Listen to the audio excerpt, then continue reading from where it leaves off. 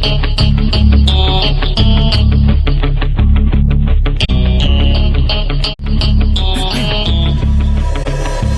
have one shot on stage, what you got to play. Generic drops for days, still the people rage. Am I not insane?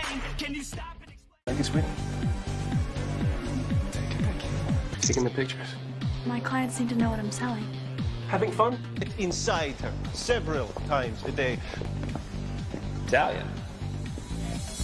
You like her boss? Never been kissed. Hello Brovers, di video sebelumnya kita sudah recap film tentang hacker yaitu Who Am I. Nah, untuk sekarang ini kita akan merecap lagi tema hacker, cuman judulnya juga tetap sama gitu, hacker keluaran tahun 2016.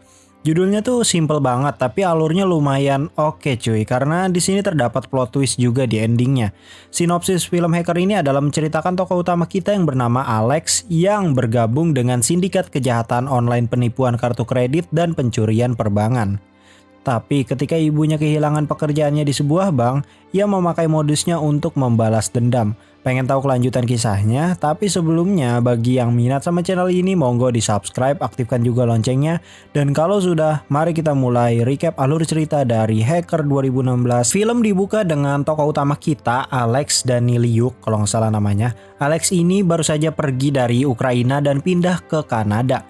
Namun karena mereka tidak kuat menjalani kehidupan kota, maka mereka pindah lagi di Ontario, London. Semenjak kecilnya, ayah dan ibunya si Alex ini suka sekali bertengkar yang membuat si Alex ini dari kecil menjadi tidak nyaman di rumah. Ditambah lagi, si ibunya ini selalu terpaksa menggunakan kartu kredit yang akhirnya biayanya tuh nunggak gitu. Alex dari kecil sudah tertarik sekali dengan komputer. Nah, dari dulu si Alex ini memang gak punya teman hingga ia tumbuh besar. Saat dewasa ia sudah mulai menyukai internet. Ia memutuskan untuk kuliah, namun ia tidak mau menyusahkan orang tuanya. Maka dari itu ia berusaha mencari uang lewat internet. Pekerjaan pertama dia adalah clicker. Tiap 1000 klik ia mendapat $20, yang kemudian uangnya itu ia tabung hingga lumayan banyak. Namun hingga dewasa pun orang tua Alex tidak pernah berhenti bertengkar. Alex yang sudah muak memutuskan pergi ke kafe. Sesampainya di kafe ia melihat berita dari website hacker bernama Dark Web. Dark Web ini sendiri dipimpin oleh hacker kelas berat yang bernama Z. Pagi harinya saat Alex pulang, ibunya menangis karena ia dipecat. Alex yang tidak tega langsung memberikan semua uang tabungannya kepada ibunya itu. Ini adalah tamparan berat sekali untuk Alex karena tabungannya itu adalah untuk biaya kuliahnya dia. Alex sangat membenci bank yang sudah memecat ibunya itu. Kemudian ia terpikir untuk masuk ke dalam dark web yang untungnya belum diblokir oleh pemerintah. Pangkat pertama pada dark web itu adalah soldier. Nah, syarat untuk menjadi soldier adalah meretas kartu kredit seseorang. Korban pertama Alex kali ini adalah Randy Bickle, si tukang bully di sekolahnya gitu. Alex cukup membuat sebuah pengiklanan sebuah produk palsu yang nanti jika si Randy membelinya, kartu kredit ayahnya ini akan dibocorkan data informasinya ke dark web.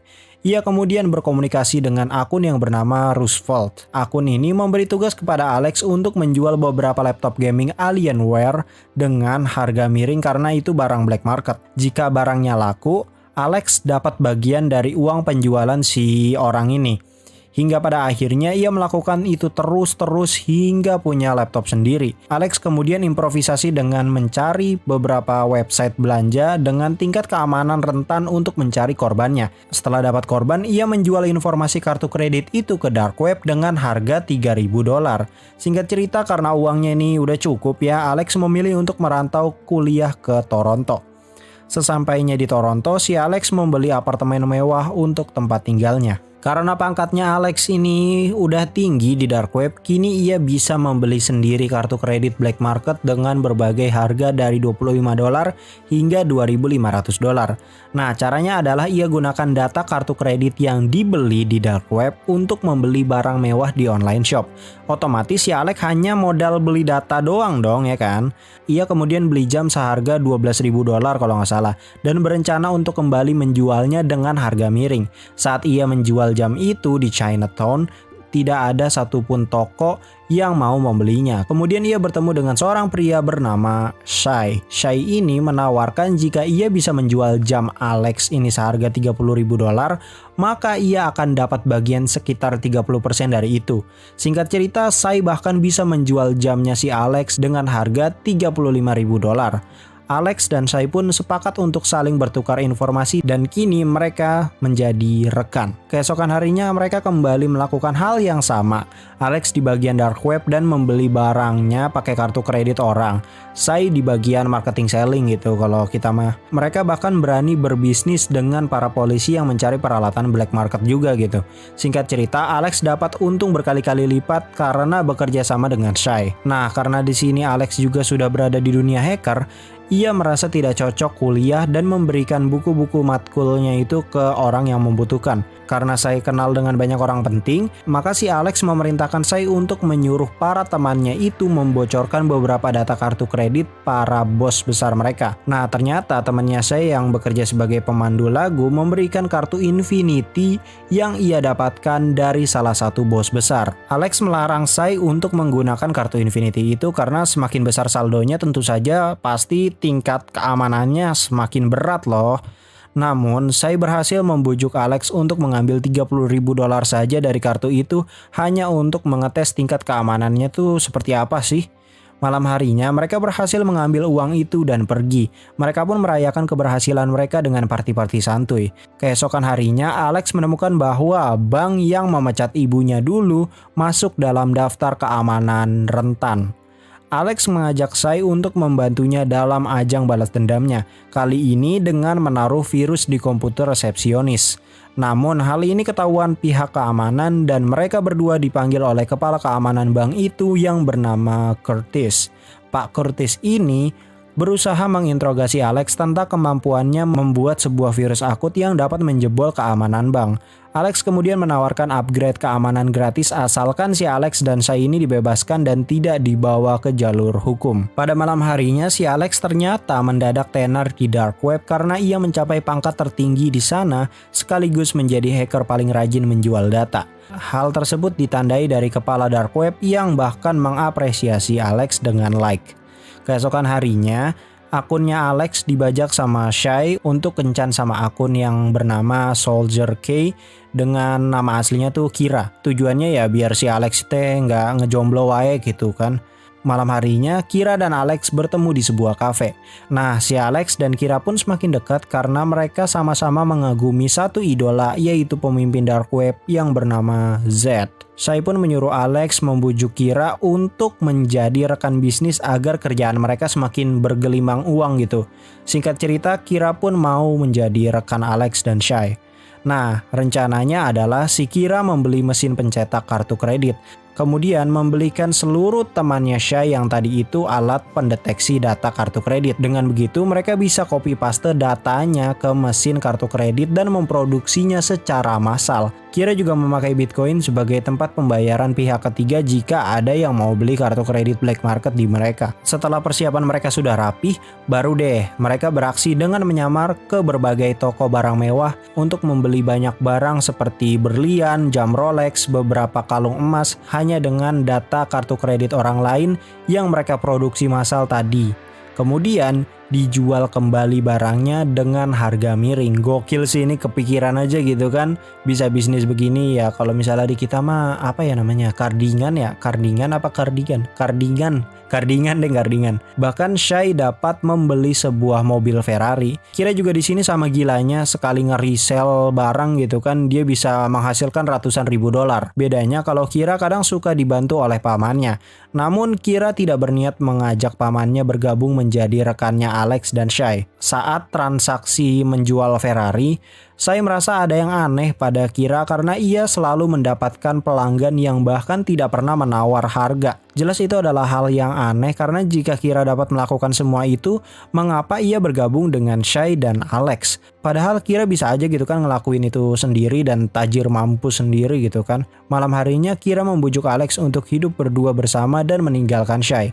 Namun Alex tidak bisa karena Shay ini sudah seperti sahabat dekatnya gitu. Keesokan harinya si Alex bertemu dengan pemilik akun Roosevelt yang awal tadi melatih Alex hingga seperti sekarang ya.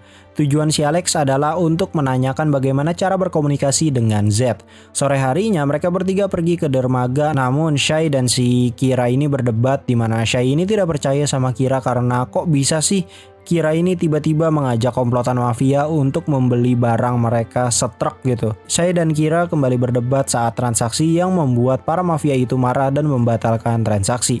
Malam harinya circle mereka sedang remuk sekali karena Shay dan Kira berdebat hebat tadi ya. Tanpa disengaja, ada polisi yang tiba-tiba datang memeriksa truk mereka. Karena seluruh kejadian hari ini, Alex menyarankan untuk pindah tempat, kalau perlu ya pindah negara lah agar merasa lebih aman aja gitu. Saya pun mau mereka bertiga pergi ke Hong Kong. Sesampainya di Hong Kong, mereka sedikit berfoya-foya karena udah jadi miliarder ini, sesekali lah nikmatin duitnya gitu kan. Mereka menginap di hotel jutaan dolar dan juga membeli mobil BMW. Mereka pun melanjutkan pekerjaan black market mereka di Hong Kong. Gokil sih ini, dengan modal data curian mereka bisa membeli banyak barang mewah kemudian menjualnya kembali. Jelas ini untungnya besar banget, bahkan gak modal loh mungkin ya. Lu tinggal meretas kemudian ya just do it bro. Kemudian Alex menyarankan untuk melakukan hal lain yang jauh lebih besar dari ini karena mereka bertiga sepertinya sudah cukup bosan dan udah banyak juga gitu kan uangnya. Saya kemudian memberitahu bahwa hari ini tuh hari ulang tahunnya dia gitu. Mereka pun merayakannya dengan party-party lagi di salah satu klub bintang 5 di Hong Kong. Namun saya mengacau karena berantem dengan seorang pria hingga akhirnya saya dan Alex ditahan di penjara untuk sementara waktu. Kira pun datang dan langsung membebaskan mereka berdua berkat bantuan pamannya. Pagi harinya Shay memberikan Kira dan Alex setumpuk uang untuk permintaan maaf.